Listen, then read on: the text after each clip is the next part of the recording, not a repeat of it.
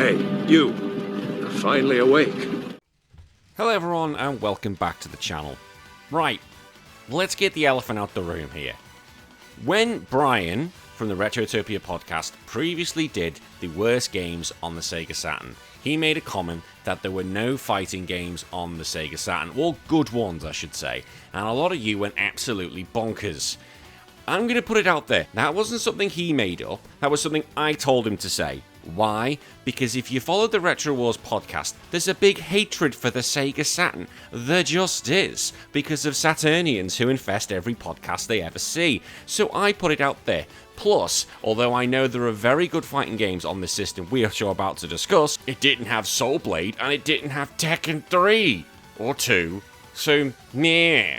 But today we're going to discuss 7 of the best fighting games on the Sega Saturn. Because the Sega Saturn was home for a lot of near-arcade perfect ports, and I even have to say that. But there are a lot more fighting games that aren't going to be discussed on this list, so please let me know in the comments about which ones I should be talking about and why. Before we go into this list, if you feel I deserve it, please hit that like and subscribe button. It really helps us on our way to 5,000 subscribers. We've also got a weekly podcast where this week we are talking about Phantasy Star for the Master System, and we've also got a $1 a month Patreon where you can join the Smut Squad and get your own show. Right, let's get into it, shall we? 7 of the best fighting games for the Sega Saturn. Street Fighter Alpha 2. Few franchises define the fighting genre quite like Street Fighter, and Street Fighter Alpha 2 is a shining gem in Capcom's crown. Released in 1996 as a sequel to the original Alpha, it expanded the roster, refined the mechanics, and rebalanced the game to focus more on strategy and skill. This was Capcom's way of bridging the gap between the classic Street Fighter 2 and the deeper lore of the series. Alpha 2 also brought back returning favourites like Dulcium and Zangief while introducing Rolento and Gen, all of who were future staples in the series, and the godlike Sakura, my favourite fighting game character of all time. Oh my god, I love Sakura. The Saturn port is often regarded as one of the most faithful transitions of an arcade fighter ever made during the 16 and 32-bit generation. Unlike the PlayStation versions, which had to remove animation frames and cut corners due to hardware limitations, the Saturn version utilised Sega's proprietary 4-megabit RAM cartridge in Japan and a custom engine designed to maximise the system's 2D sprite handling capabilities. The result was that the animation was so smooth, it was nearly indistinguishable from the CPS2 arcade board. Visually, the game was stunning for the era. Colourful sprite work, clean animation cycles, and elaborate backgrounds that gave every match a strong sense of identity. Each stage had animated elements that helped them feel alive, whether it was birds flying overhead or market stalls bustling in the background. And on the Saturn, all these touches remained intact, showcasing the system's unparalleled 2D rendering strengths.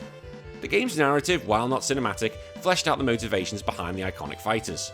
Ryu's search for mastery, Sakura's admiration for him, Chun-Li's quest for justice, and M. Bison's oppressive reign through Shadaloo added an engaging undercurrent to the action. Through pre-fight intros and victory quotes, players got a sense of each character's goals, enhancing the overall experience. Feature-wise, Alpha 2 introduced a custom combo system, where players could enter a mode to chain together devastating sequences. This allowed it for incredibly deep mind games and made each fight feel dynamic. If you could actually do the thing, because I couldn't do custom combos and I was terrible at it.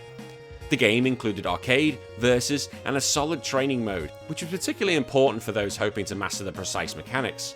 The Saturn's 6-button controller also meant inputs were intuitive and responsive, making execution feel far more natural than a PlayStation standard pad. Critics raved about the Saturn version, praising everything from its loading times to its animation fidelity. Many publications and fans considered it one of the best ports that Capcom ever made, and a definitive example of what the Saturn could accomplish when developers understood its hardware. Its legacy lives on as the benchmark of how to port an arcade fighter to the home console. It also has one of the best box arts ever seen to man. It showed that with care and technical know-how, arcade perfection could be achieved at home. This version of Alpha 2 is still referenced in fan forums, retrospectives, and tournaments as gold standard. Even decades later, Street Fighter Alpha 2 on the Sega Saturn remains a jaw-dropping technical achievement and a must-play experience for anyone serious about 2D fighting games. Its combination of rich mechanics, great character selection, and unmatched performance solidify its place in the pantheon of greats, and Sakura is awesome. Dead or Alive. Now, Dead or Alive started as an ambitious project from Team Ninja under Tecmo, a direct answer to the popularity of Sega's Virtua Fighter series. Released first in arcades in 1996, its Sega Saturn port was more than just a home version, it was the blueprint for the franchise's future. Released exclusively in Japan in 1997, this port arrived before the PlayStation version and is often considered a definitive original console release. The Saturn version was built in the same arcade engine as Virtua Fighter 2, and that compatibility was crucial. Sega actually provided Team Ninja access to their Model 2 hardware architecture, allowing them to develop a fighter that pushed polygonal limits on home hardware. The result was a game that looked shockingly close to its arcade counterpart and ran at a consistent frame rate. Graphically, Dead or Alive was ahead of its time. Characters were rendered with detailed textures and high-speed animations, and the game introduced a then controversial breast physics system that became a franchise trademark. It's controversial for some. I don't know what it is. Yeah. Although, to be fair, we did have jiggle physics with some of the SNK fighters. You know, we can point fingers there, can't we? Environmental elements like destructible walls and bouncing floors added visual flair and gameplay nuance. On Saturn, these visual features were almost perfectly replicated. While not heavy on story, each character in Dead or Alive had distinct motivations and relationships, which later evolved into deeper lore in future games.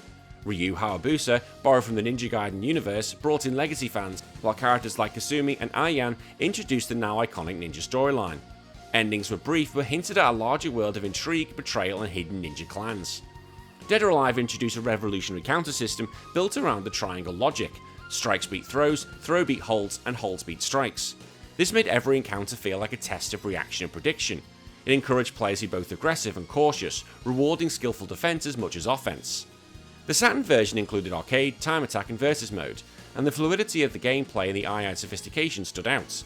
Characters each had unique stances, reversals, and frame-specific moves that demanded player dedication to master. Because it remained a Japan exclusive on the Saturn, it never got the global acclaim it deserved during its original release window. However, importers and fighting game enthusiasts quickly noticed it, especially as the PlayStation version suffered from the frame drops and cut-and visual effects. Reviewers in Japan praised the Saturn version for its speed, animation quality, and fluid combat. It became a sleeper hit and marked Tecmo as a serious competitor in the fighting game space. Western audiences later rediscovered its significance through emulation and collector circles. Dead or Alive on Saturn represents more than just a starting point for the series. It shows how a new franchise can challenge genre giants right from the beginning. In hindsight, this version remains one of the most overlooked triumphs on the Saturn, an early glimpse into Team Ninja's design brilliance. Fighters Megamix. Fighters Megamix was Sega's AM2's love letter to fans, a crossover fighter released in 1996 exclusively for the Sega Saturn. Building on the engine of Virtua Fighter 2, it combined characters from both Virtua Fighter and Fighting Vipers, while introducing unexpected additions from other Sega franchises, creating a mashup unlike anything else in its time. It's like the pre-Smash Brothers. The Saturn port wasn't just faithful to the arcade, it was the arcade. Built from the ground up from the Saturn, this is a rare example of a fighter that originated on a home console rather than being adapted from arcade hardware. This meant developers could fully optimize it, and they did just that with silky smooth performance and minimal loading times. Graphically, the game retained the distinct aesthetics from Virtua Fighter's realism and Fighting Viper's armor-breaking, high-impact combat. Characters had clean 3D models with sharp polygonal edges enhanced by Saturn's strong 3D rendering capabilities. The colourful stages, flashy effects, and fluid animation made it one of the best looking 3D fighters on the system. However, there isn't a cohesive overarching story in Fighters Megamix, but character-specific endings and humorous cutscenes gave players a glimpse into the bizarre and often hilarious world. Seeing Rent-A-Hero and Hornet Car from Daytona, USA fight was surreal and absolutely intentional. The fan service narrative gave the game its quirky charm. Fighters Megamix's true strength lies in its versatility. Players could choose from a massive roster of 32 characters, each with their unique styles, including both traditional martial arts and wacky novelty picks. Mechanics from both Fighting Vipers, closed arenas and armor breakage, and Virtua Fighter, open rings and throws, were integrated seamlessly, allowing players to tailor the gameplay to their style. The game introduced new techniques like sidesteps and a dodge button, subtly evolving the mechanics beyond its predecessors. Unblockables were abundant, encouraging players to invest time to see every bizarre and wonderful surprise the game had in store. Critics and fans alike were blown away by the sheer ambition and polish of Fighters Megamix. It received high scores across the board for its gameplay variety, humour, and incredible value. Many publications named it one of the best fighting games on any platform in 1996. Its legacy lives on as a cult classic and a forerunner to modern crossover fighters, the way it blended universes, mechanics, and paved the way for games like Smash Bros. And Tekken Tag Tournament. To this day, Fighters Megamix remains a must-play for Saturn owners. It encapsulates Sega's creativity and technical mastery during its golden era, and a shining example of why the Saturn was beloved by fighting game purists. Street Fighter Alpha 3. Yeah, I'm doing another Street Fighter one. It's my channel, leave me alone. Street Fighter Alpha 3 arrived on the Sega Saturn in 1999 exclusively in Japan, and it's widely considered one of the best ports of the game ever made. Despite releasing late in the Saturn's life cycle, this version was a technical miracle that used the 4MB RAM cartridge to stunning effect. The Saturn version didn't just replicate the arcade version, it enhanced it. It included more characters than the original CPS2 board, with favourites like Fei Long, DJ and T-Hawk. This made the Saturn port more feature-rich than even the PlayStation version, which had to cut content to fit memory limits. The visuals were flawless, retaining all the animation frames, effects and backgrounds from the arcade. Character sprites here were fantastic, especially for some of the older characters coming back in, and they all had vibrant colours and detailed shading. The extra RAM cartridge ensured that no frames were lost, so making combos and supers feel as tight and responsive as they did in the arcades.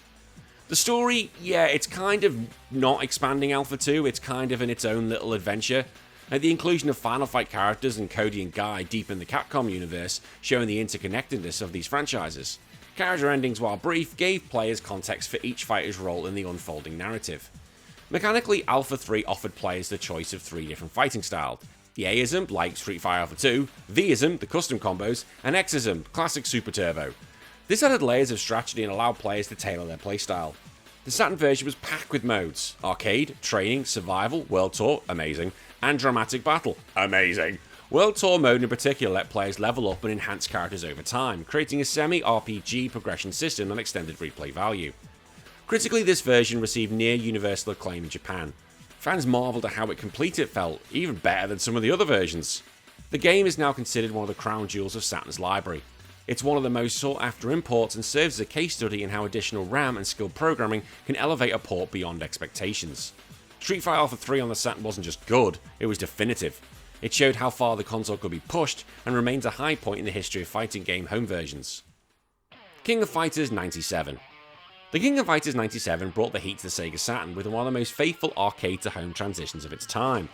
Released in 1998 and leveraging the 1MB RAM cartridge, the SNK Classic brought its signature 3-on-3 battles to life, with stunning detail and precision. It was a major leap forward for SNK, tying 3 years of lore and characters while showcasing what the Saturn could truly do. The Saturn version of King of Fighters 97 maintained all the animation frames from the Neo Geo original, something the PlayStation struggled to replicate. The use of the RAM cartridge allowed every character move, every background animation, and every special effect to display without lag or missing detail. It was a revelation for fans of the arcade experience. Graphically, the game exploded with colour. The character sprites were large, sharply drawn, and full of personality. Backgrounds were dynamic and visually engaging, whether players were fighting on a moving train or a bustling city plaza. The Saturn rendered these backgrounds with fidelity, while maintaining a rock-solid frame rate even during complex super moves. The game's story arc wrapped up on the Orochi saga, which had been building since King of Fighters 95. Fans of the series were treated to climactic character development, especially for Yori and Kyo. The storyline added depth to the genre, often criticised for its shallow narratives, and fans appreciated the commitment to an interconnected universe. Mechanically, King of Fighters 97 introduced 2 selectable playstyles, Advanced and Extra. These determined how characters charged their super meters and executed evasive maneuvers, adding a strategic layer to team composition. Veterans could fine-tune their tactics, while newer players found the systems approachable. The roster was massive, featuring 35 characters, including returning teams and brand new fighters. The Saturn port included all arcade content and even arranged music, improving audio quality across the board. It felt like the definitive way to experience King of Fighters 97 at home. The reception was overwhelmingly positive. Critics praised the game's tight controls, roster balance, and visual presentation. In Japan, the Saturn version outsold many of its contemporaries on other consoles and was cited as one of the main reasons to own a Saturn in its later years. Its legacy continues today, with King of Fighters 97 often considered a peak in the series. The Saturn port is still revered for its quality and accuracy, and it set a standard for how 2D fighters should be handled on consoles, especially in an era where arcade perfection was hard to achieve. For fans of SNK and team-based fighters, KOF 97 on the Saturn is a must-play. It captures a key moment in the fighting game history and delivers an experience that still holds up decades later. It's a love letter to fans and a technical marvel all at once. Talking about Marvel vs Street Fighter. When Marvel vs Street Fighter hit the Sega Saturn in 1998, it was nothing short of revelation. This was the game that brought over-the-top tag team fighting and Marvel mayhem into the home, and the Saturn version remains the gold standard for this era of Capcom's crossover craze. Thanks to the 4MB RAM cartridge, the Saturn port of Marvel vs Street Fighter achieved something incredible. Full animation with no missing frames, smooth tag mechanics, and a presentation nearly indistinguishable from the CPS2 arcade counterpart. It was a technical showcase that eclipsed the PlayStation version by a mile, which had to ditch the tag team gameplay entirely due to hardware limitations, which made it absolutely garbage. That was the PlayStation version. Visually, it was stunning.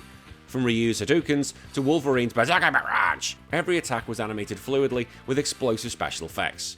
Backgrounds were larger than life and loaded with movement and detail. The Saturn handled this visual spectacle flawlessly, offering one of the most vibrant and exciting fighting games ever released on the console. The story was minimal but entertaining. An interdimensional threat causes Marvel heroes and Street Fighters to collide, and Apocalypse makes his fearsome return as the game's final boss. This loose narrative gave the developers room to be creative with team-ups and rivalries, and the result was pure comic book chaos. The gameplay introduced a signature tag team system, allowing players to swap characters mid-fight and chain combos together for devastating results. The Saturn version kept this mechanic intact, a huge victory for the home console port to the time. Hyper combos, assist attacks, and screen-filling supers made every match feel like an event. The roster featured favourites from both universes. Cyclops, my favourite Spider-Man, and Hulk stood toe-to-toe with Zangief, Chun-Li, and Sakura. Each character had unique supers, voice lines, and animations. Hidden characters like Mecha Zangief and US Agent offered fan service galore and added to the game's replayability. Reception for the Saturn port was phenomenal. While Western audience mostly missed out, Japanese Saturn owners and importers praised it as one of the most complete arcade-to-home port conversions ever. It's often cited in fighting game forums as a reason the Saturn remains a beloved cult console. The game's legacy is huge. It laid the groundwork for Marvel vs. Capcom and influenced tag team fights for years to come. The Saturn version is still celebrated by collectors, emulation fans, and tournament historians as a near-perfect execution of a wildly ambitious arcade game. Marvel vs. Street Fighter on the Saturn wasn't just a great port, it was an essential milestone in fighting game history. It bridged comics and gaming, east and west, and action for spectacle, all in one cartridge fuel package. It was the kind of magic the Saturn was made for. And finally, yeah, we've got to talk about this one, haven't we? Virtua Fighter 2. Of course we've got to talk about Virtua Fighter. Virtua Fighter 2 is more than just a game. It's the Saturn's defining technical achievement. Released in 1995, it was an arcade hit ported to the console with such accuracy that it shocked even Sega's own developers. At the time when other consoles were still grappling with early 3D, Virtua Fighter 2 on Saturn delivered 60 frames per second gameplay with fluid polygonal models and complex combat systems. The Saturn version managed this feat through masterful optimization and smart programming. While the game didn't use true 3D backgrounds like its Model 2 arcade counterpart, it preserved every frame of animation and every ounce of speed. This port ran as smoothly as the arcade with no slowdown and precise controls that matched the original. Graphically, Virtua Fighter 2 was a showcase for the Saturn's potential. Characters were crisp and clean, with nuanced animation cycles and expressive movements. Despite lacking texture mapping, the flat shaded polygons gave the game a unique style that aged far better than many early textureless 3D fighters. The game's story wasn't heavy on the plot, but each character had distinct motivations and endings, helping to establish a Virtua Fighter universe. Fighters like Akira, Pi, and Jackie quickly became Sega mascots, and their rivalry gave the series a longer-term appeal. Gameplay was deep and methodical. Virtua Fighter 2 emphasized timing, spacing, and countering rather than flashy combos. Each character had a unique style rooted in real martial arts, from drunken boxing to judo. The game rewarded precision, making it a favourite for tournament players and serious fans. Each character had a unique style rooted in real martial arts, from drunken boxing to judo. I'd be fine in drunken boxing. The game rewarded precision, making it a fan favourite for tournament players and serious fans. The port included all arcade characters and movesets along with multiple modes like Versus, Training and Ranking. Training mode in particular helped players learn from the ins and outs of every move, a rarity for fighters at the time. Critical reception was glowing. Reviewers called it the best fighting game on the Saturn and praised its graphics, speed and competitive depth. With fans buying Saturns just to play Virtua Fighter 2 at home. Its legacy is enormous. Virtua Fighter 2 laid the groundwork for every 3D fighter that followed, from Tekken to Soul Calibur. The Saturn version demonstrated what home consoles could achieve with the right developers and enough ambition. To this day, Virtua Fighter 2 is seen as the Saturn's crown jewel, the game that proved it could punch above its weight. It remains a masterclass in 3D design and a testament to Sega's bold innovation during the 5th console generation. And that's it, 7 of the best fighting games for the Sega Saturn. What do you think? Do you think there's ones I need to talk about? And as I said at the beginning, let me know in the comments and why. And remember, if you really think I deserve it, please hit that like and subscribe button and hit the notification bell for more content. My name's been Danny, and I'll see you all again in 3 days' time. You all take care of yourself. Bye bye.